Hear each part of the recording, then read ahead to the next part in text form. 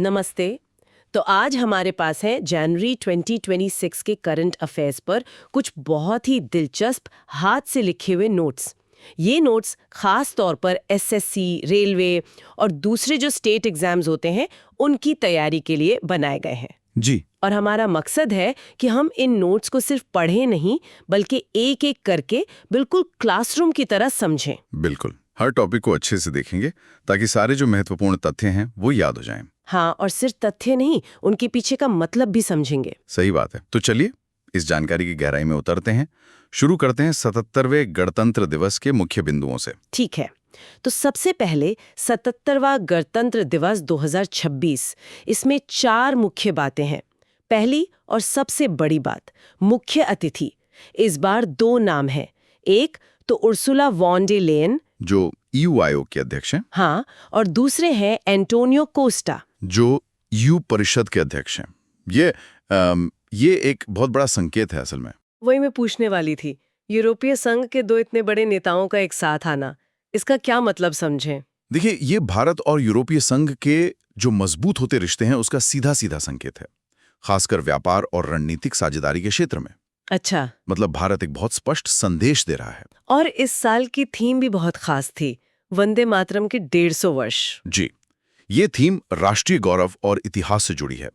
वंदे मातरम के 150 साल पूरे होने का जश्न इसे और भी खास बना देता है। और इसी से जुड़ी शायद झांकियों की बात है। सर्वश्रेष्ठ मार्चिंग दल का पुरस्कार तो भारतीय नौसेना को मिला। जी। और सर्वश्रेष्ठ झांकी में राज्यों में महाराष्ट्र की गणेश उत्सव झांकी। हाँ, जो उनकी सांस्कृतिक विरासत को दिखाती है। और मंत्रालयों में संस्कृति मंत्रालय की झांकी, जिसकी थीम भी वंदे मातरम ही थी। बिल्कुल। तो देखिए, थीम और झांकी में एक सीधा कनेक्शन है। सब कुछ एक ही धागे में पिरोया हुआ है। इन नोट्स में नीचे एक अलग से छोटा सा नोट भी है कि 2026 का पहला स्थान, मतलब न्यू ईयर का स्वागत करने वाला पहला स्थान क्रिसमस आइलैंड, जो किरीबाती में है, उसको मिला। ये एक दिलचस्प तथ्य है। चलिए अब आगे बढ़ते हैं। अगला सेक्शन है रक्षा और सैन्य अभ्यास का। और इसे 2 हिस्सों में बांटा गया है, भारत और अंतर्राष्ट्रीय। तो पहले भारत की बात करते हैं। 1 जनवरी 2026 को डीआरडीओ ने अपना 68वां स्थापना दिवस मनाया। जी। और डीआरडीओ का स्थापना दिवस हमें हमेशा रक्षा क्षेत्र में आत्मनिर्भरता की तरफ जो हमारे कदम हैं उनकी याद दिलाता है। और उन्होंने सिर्फ दिवस नहीं मनाया, काम भी दिखाया। डीआरडीओ ने प्रलय बैलिस्टिक मिसाइल का सफल परीक्षण किया है। हाँ, उड़ीसा तट पर। और ये प्रलय है क्या? ये एक सतह से सतह पर मार करने वाली टैक्टिकल बैलिस्टिक मिसाइल है। मतलब इसे युद्ध के मैदान में खास ठिकानों को सटीकता से निशाना बनाने के लिए बनाया गया है। अच्छा, इसके अलावा एक नई तकनीक का भी जिक्र है, स्वादेश। जी, ये पोर्टेबल जल शुद्धिकरण के लिए है। मतलब इसे आसानी से कहीं भी ले जाकर पानी साफ किया जा सकता है। और एक नया पोत समुद्र प्रताप भी कमीशन किया गया है। हाँ, जो प्रदूषण नियंत्रण का काम करेगा। और एक नई लाइट कमांडो बटालियन बनाई गई है जिसका नाम है भैरव। देखिए, ये सारे बिंदु अगर एक साथ देखें, मिसाइल, जल शुद्धिकरण, प्रदूषण नियंत्रण पोत और एक त्वरित कार्यवाही बटालियन, ये दिखाता है कि भारत अपनी रक्षा क्षमताओं को हर स्तर पर आधुनिक और विविध बना रहा है। बिल्कुल। अब अंतर्राष्ट्रीय खबरों पर आते हैं। इसमें चीन का एक अभ्यास है, जस्टिस मिशन 2055, और एक hypersonic anti ship missile YJ-20 और एक विध्वंसक टाइप 052D लाहौर। ये चीन की बढ़ती सैन्य ताकत और हिंद प्रशांत क्षेत्र में उसकी जो गतिविधियां हैं उनको उजागर करते हैं और इन पर पूरी दुनिया की नजर है। कुछ और अभ्यास भी हैं, जैसे सागर शक्ति। ये दक्षिणी कमान की आपदा प्रतिक्रिया का अभ्यास है। जी, सागर शक्ति जैसे अभ्यास दिखाते हैं कि सेना सिर्फ युद्ध के लिए नहीं बल्कि आपदा के समय मदद के लिए भी हमेशा तैयार रहती है। और एक अभ्यास है विल फॉर पीस 2026, जो दक्षिण अफ्रीका में हुआ। एक महत्वपूर्ण समझौता भी है, सूर्यास्त्र रॉकेट लॉन्चर के लिए भारत और इजराइल के बीच। ये बहुत महत्वपूर्ण है। भारत इजराइल का सूर्यास्त्र समझौता दोनों देशों के बीच गहरे रक्षा सहयोग का प्रमाण है। ठीक है, तो रक्षा के बाद अब विज्ञान, अंतरिक्ष और तकनीक की ओर चलते हैं। चलिए, शुरुआत ISRO और अंतरिक्ष से करते हैं। पहला पॉइंट है ISRO का PSLV C62 मिशन, जो अपने अंतिम चरण में विफल रहा। देखिए, अंतरिक्ष अभियानों में सफलता और विफलता दोनों ही सीखने की प्रक्रिया का एक बहुत जरूरी हिस्सा है। PSLV 62 की विफलता से भविष्य के मिशनों के लिए बहुत महत्वपूर्ण डेटा मिलेगा। और ISCORO का एक और प्रयोग है DX, जो एक्सपोसैट मिशन से जुड़ा है। जी। और एक बड़ी खबर ये है कि भारत का तीसरा प्रक्षेपण केंद्र, मतलब तीसरा लॉन्च पैड, श्रीहरिकोटा, आंध्र प्रदेश में स्थापित किया जा रहा है। ये भारत की बढ़ती लॉन्च क्षमताओं को दिखाता है। मतलब अब हम और ज्यादा और जल्दी सैटेलाइट्स लॉन्च कर पाएंगे। इसी बीच ईरान ने भी 2 उपग्रह लॉन्च किए हैं, पाइजा जफर 2 और कोसर 1.5। और एक रिकॉर्ड है सुनीता विलियम्स का, उन्होंने अंतरिक्ष में 608 दिन रहने का रिकॉर्ड बनाया है। ये सिर्फ एक नंबर नहीं है, ये इंसानी सहन शक्ति और अंतरिक्ष अन्वेषण की नई सीमाओं को दर्शाता है। अब कुछ टेक इनोवेशंस की बात करते हैं। पाथजेनी नाम का एक ओपन सोर्स सॉफ्टवेयर है जी, जो दवा की खोज को तेज करने के लिए है। और फैल्कन H1 अरेबिक, ये एक अरेबिक AI बेंचमार्क है। अच्छा। गूगल ने भी ट्रांसलेट जम्मा नाम का एक बहुभाषीय अनुवाद मॉडल लॉन्च किया है और IIT मद्रास में परम शक्ति सुपर कंप्यूटर की सुविधा शुरू हुई है। AI की बात हुई तो इस पर एक विशेष सेक्शन ही है नोट्स में। पहले राष्ट्रीय यानी भारत की खबरें। और होनी भी चाहिए। AI आज की सबसे बड़ी तकनीक है। बिल्कुल। तो भारत का पहला AI रिसर्च संगठन गुजरात के गांधीनगर की गिफ्ट सिटी में खुला है। जी। और पहला सरकारी AI clinic GIMS Greater Noida, Uttar Pradesh में शुरू हुआ है। ये बहुत बड़ी बात है। बिल्कुल। दिल्ली में ट्रैफिक मॉनिटरिंग के लिए दिल्ली सरकार और IIT कानपुर मिलकर AI का उपयोग कर रहे हैं। उत्तर प्रदेश में AI एवं स्वास्थ्य नवाचार सम्मेलन 2026 का आयोजन होगा और तमिलनाडु ने अपनी पहली डीप टेक स्टार्टअप नीति लॉन्च की है। ये सभी बिंदु दिखाते हैं कि भारत AI को सिर्फ एक तकनीक के तौर पर नहीं देख रहा, बल्कि स्वास्थ्य, प्रशासन और अर्थव्यवस्था जैसे क्षेत्रों में एक समाधान के रूप में अपना रहा है। अब वैश्विक और चिकित्सा क्षेत्र की बात। दुनिया का पहला व्यापक AI कानून दक्षिण कोरिया ने बनाया है। ये बहुत जरूरी कदम है। तकनीक के साथ साथ नियम भी आने चाहिए। और चिकित्सा में आर्मी हॉस्पिटल में पहली AI 3D फ्लोरेसेंस एंजियोग्राफी की गई। देखिए, कानून और चिकित्सा में AI का आना एक बहुत बड़ी बात है। एक तरफ ये तकनीक के नैतिक उपयोग को सुनिश्चित करता है, तो दूसरी तरफ ये बीमारियों के निदान और इलाज में क्रांति ला सकता है। चलिए अब अगले टॉपिक पर आते हैं, महत्वपूर्ण राष्ट्रीय नियुक्तियां। जी। मैं पद और व्यक्ति का नाम एक एक करके बताती हूँ। ठीक है। FCI के चेयरमैन और MD बने हैं रविंद्र कुमार अग्रवाल। ठीक है। NIA के महानिदेशक का अतिरिक्त प्रभार राकेश अग्रवाल को मिला है और खादी महानिदेशक भी राकेश अग्रवाल ही हैं। वायुसेना के उप प्रमुख है air marshal Nagesh Kapoor. ITBP प्रमुख है शत्रुजीत सिंह कपूर। जी। BSF के महानिदेशक हैं प्रवीण कुमार। CVC यानी सतर्कता आयुक्त बने हैं प्रवीण वशिष्ठ। अच्छा। और परमाणु ऊर्जा नियामक है AK बालासुब्रमण्यम। इन नियुक्तियों में अक्सर निरंतरता और अनुभव को प्राथमिकता दी जाती है। और ये सभी पद देश की सुरक्षा और प्रशासन के लिए बहुत महत्वपूर्ण होते हैं। हाईकोर्ट के मुख्य न्यायाधीशों की भी कुछ नियुक्तियां हुई हैं। उत्तराखंड में न्यायमूर्ति मनोज कुमार गुप्ता, केरल में न्यायमूर्ति सौमेन सेन और मेघालय में न्यायमूर्ति रेवती मोहिते डेरे, जो वहां की पहली महिला मुख्य न्यायाधीश हैं। ये नियुक्ति विशेष रूप से महत्वपूर्ण है। न्यायमूर्ति रेवती मोहिते डेरे की नियुक्ति न्यायपालिका में महिला नेतृत्व को बढ़ावा देने की दिशा में एक बहुत ही सकारात्मक कदम है। बिल्कुल। अब देखते हैं दुनिया भर में कौन कौन महत्वपूर्ण पदों पर नियुक्त हुआ। मतलब अंतर्राष्ट्रीय नियुक्तियां और नेतृत्व। चलिए। गिनी के राष्ट्रपति बने हैं मामादी डोम्बोया। वेनेजुएला की कार्यवाहक राष्ट्रपति हैं डेल्सी रोड्रिगेस। यूक्रेन की आर्थिक सलाहकार हैं क्रिस्टिया फ्रीलैंड। ट्रोंग सिटी के पहले मुस्लिम मेयर बने हैं जोहरान ममदानी। जी। और पश्चिमी ऑस्ट्रेलिया की पहली सिख महिला सांसद बनी है डॉक्टर परविंदर कौर। ये नियुक्तियां वैश्विक स्तर पर विविधता और बदलते राजनीतिक परिदृश्य को दर्शाती हैं। अब संयुक्त राष्ट्र और दूसरे संगठनों की बात। UNSC के अस्थायी सदस्य बने हैं बहरीन और लाइबेरिया। अच्छा। UN निरस्त्रीकरण बोर्ड के अध्यक्ष DB वेंकटेश वर्मा बने हैं। जी। और एक बड़ी खबर है कि अमेरिका WHO से बाहर हो गया है। ये एक बहुत बड़ा वैश्विक घटनाक्रम है। अब आते हैं पुरस्कार और सम्मान पर। पहले अंतर्राष्ट्रीय पुरस्कार। इजराइल शांति पुरस्कार 2026 ये डोनाल्ड ट्रंप को मिला है। जी। और नोबेल शांति पुरस्कार भी मारिया कुरीना दिया गया है। टाइलर पुरस्कार 2026 जीव विज्ञानी टोबी कियर्स को मिला है। और गोल्डन ग्लोब 2026 में फिल्म हैमनेट को और पॉडकास्ट के लिए एमी पोलर को पुरस्कार मिला। ठीक है। अब राष्ट्रीय पुरस्कारों की सूची। पद्म विभूषण 2026 5 लोगों को मिला है। जी, पद्म विभूषण भारत का दूसरा सर्वोच्च नागरिक सम्मान है। इसमें नाम है धर्मेंद्र सिंह देओल, केटी थॉमस, एन राजम, पी नारायणन और वीएस अच्युतानंदन। ये विभिन्न क्षेत्रों में असाधारण योगदान के लिए दिया जाता है। इफ्को साहित्य सम्मान मैत्रेयी पुष्पा को मिला है। यूएन महासचिव पुरस्कार 2025 स्वाति शांता कुमार को। भारत का सबसे मूल्यवान ब्रांड टाटा समूह बना है। जी।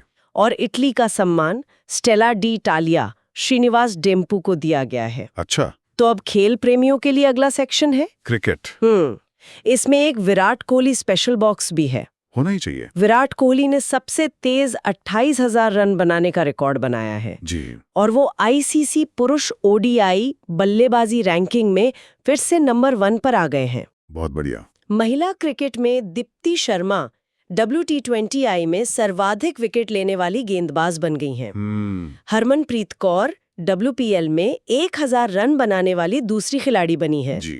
और एशिया कप 2025 हॉकी में भारतीय महिला टीम ने रजत पदक जीता है। हाँ, ध्यान देने वाली बात है कि हॉकी की खबर क्रिकेट सेक्शन में दी गई है, लेकिन ये महिला खेल में भारत की एक और महत्वपूर्ण उपलब्धि है। सही कहा।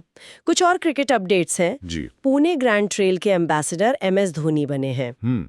सोनम यशे पुरुष T20I की एक पारी में 8 विकेट लेने वाले पहले गेंदबाज बने हैं। अच्छा। और दिसंबर 2025 के लिए ICC player of the month पुरुष में मिचेल स्टार्क और महिला में लोटा वॉलवॉट हैं। ठीक है। क्रिकेट के अलावा अन्य खेलों की भी खबरें हैं। जी। टेनिस में ऑस्ट्रेलियन ओपन 2026 पुरुष एकल का खिताब कार्लोस अल्काराज ने जीता। और global life time achievement award Novak जोकोविच को मिला। अच्छा। शतरंज में अर्जुन एरिगेसी ने वर्ल्ड रैपिड में कांस्य पदक जीता। बहुत बढ़िया। और भारत के 92वें ग्रैंड मास्टर आर्यन वर्षे बने हैं। जी। अब कुछ इवेंट्स और मेजबान। ओलंपिक अनुसंधान सम्मेलन 2026 की मेजबानी भारत करेगा। ये बहुत महत्वपूर्ण है। इसका मतलब है कि देश खेल आयोजनों के साथ साथ खेल विज्ञान और अनुसंधान को भी महत्व दे रहा है। खेलो इंडिया बीच गेम्स 2026 में शीर्ष स्थान कर्नाटक ने हासिल किया, जो दमन दीव में हुए थे। खेलो India winter games 2026 Leh Ladakh में आयोजित हुए और विजय हजारे ट्रॉफी विदर्भ ने जीती। ठीक है। अब आते हैं राज्यों की खबरों पर। पहले उत्तर और पश्चिम भारत। चलिए। उत्तर प्रदेश में पार्वती अर्गा पक्षी अभयारण्य को इको सेंसिटिव जोन घोषित किया गया। राजभवन का नया नाम जनभवन रखा गया। एक जिला एक व्यंजन योजना शुरू हुई और लखनऊ में अशोक लेलैंड की ईवी फैक्ट्री लगेगी। जी। राजस्थान में स्वास्थ्य संवाद प्लेटफॉर्म लॉन्च हुआ। नागौरी अश्वगंधा को GI टैग मिला। अच्छा। कुंभलगढ़ वन्यजीव अभयारण्य चर्चा में रहा और बमनवास कंकरू पंचायत पूरी तरह से ऑर्गेनिक बन गई है। ये बहुत अच्छी पहल है। गुजरात में कैंसर जांच के लिए आशा वैन और पशुओं के लिए करुणा अभियान शुरू हुआ।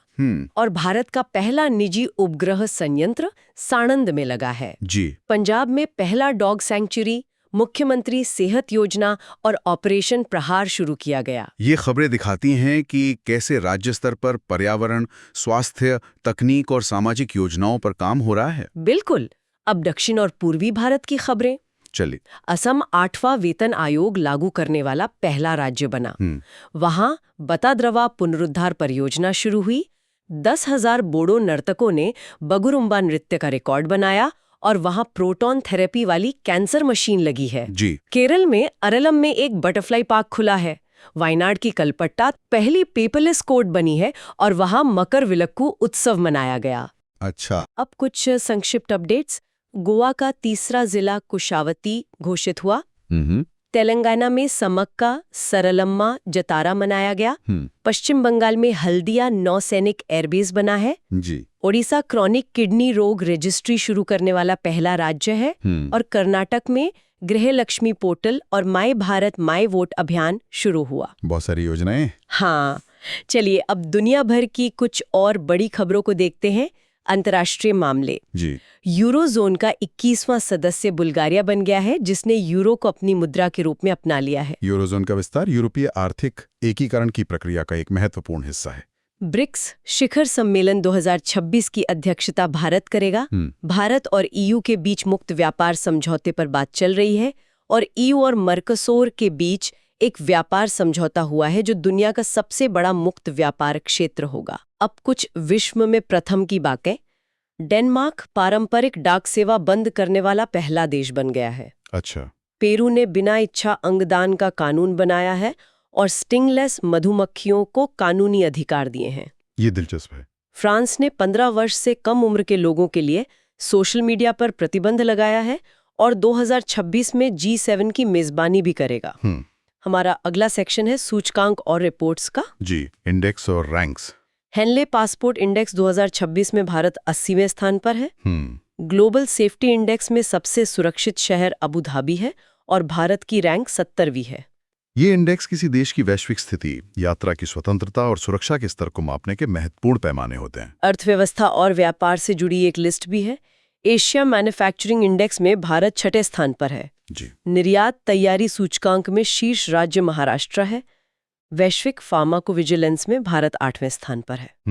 और 2025 के चावल उत्पादकों में भारत सबसे बड़ा उत्पादक बनकर उभरा है। बहुत बड़ी। अब हम अपने आखिरी सेक्शन पर आ गए हैं, जिसमें पर्यावरण, योजनाएं और कुछ विविध तथ्य हैं। चलिए। पर्यावरण से जुड़ी खबर है कि यूएन साल 2026 को रेंजलैंड्स और चरवाहों का अंतर्राष्ट्रीय वर्ष के रूप में मनाएगा। दुनिया का सबसे बड़ा green ammonia project Kakinada Andhra Pradesh में लग रहा है। जी। मध्य प्रदेश के रातापानी टाइगर रिजर्व का नाम बदलकर वीएस वाकणकर रिजर्व कर दिया गया है। अच्छा। और धारीदार टाइगर तितली को छत्तीसगढ़ की राज्य तितली घोषित किया गया है। ये अच्छी खबर है। अब कुछ पोर्टल्स और स्कीम्स। पंखुड़ी पोर्टल महिलाओं और बच्चों के लिए है। जी। स्वास्तिक पोर्टल पारंपरिक ज्ञान के प्रसार के लिए है और डाइम प्लेटफॉर्म सेना के लॉजिस्टिक्स के लिए बनाया गया है। देखिए, तकनीक का इस्तेमाल अब हर क्षेत्र में हो रहा है, चाहे वो पारंपरिक ज्ञान का संरक्षण हो या सेना की कार्यकुशलता बढ़ाना। और आखिर में 2 महत्वपूर्ण तथ्य। सेना वर्ष 2026 को year of networking and data centricity के रूप में मनाएगी। और देश की पहली वंदे भारत स्लीपर ट्रेन गुवाहाटी से हावड़ा के बीच चली। बहुत बढ़िया। तो ये थे जनवरी 2026 के करंट अफेयर्स पर आधारित कुछ मुख्य बिंदु। हमने गणतंत्र दिवस से लेकर खेल, विज्ञान और अंतर्राष्ट्रीय मामलों तक हर विषय को कवर करने की कोशिश की। जी, और ये मासिक नोट्स हमें सिर्फ तथ्य नहीं बताते, बल्कि एक बड़ा चित्र दिखाते हैं। हर महीने की ये छोटी छोटी खबरें मिलकर साल की पूरी कहानी बनाती हैं। सोचने वाली बात यह है कि ये सारी घटनाएं, मतलब तकनीक में प्रगति, नई वैश्विक साझेदारियां और पर्यावरण पर बढ़ता ध्यान, ये सब मिलकर भविष्य की दिशा कैसे तय कर रही हैं। ये सिर्फ एक महीने की झलक है, लेकिन ये आने वाले समय का एक महत्वपूर्ण संकेत देती है। सही कहा। तो विचार करने के लिए एक अच्छा प्रश्न ये हो सकता है कि जब हम साल के अंत में पीछे मुड़कर देखेंगे, तो इन सब घटनाओं ने मिलकर आखिर क्या आकार लिया होगा।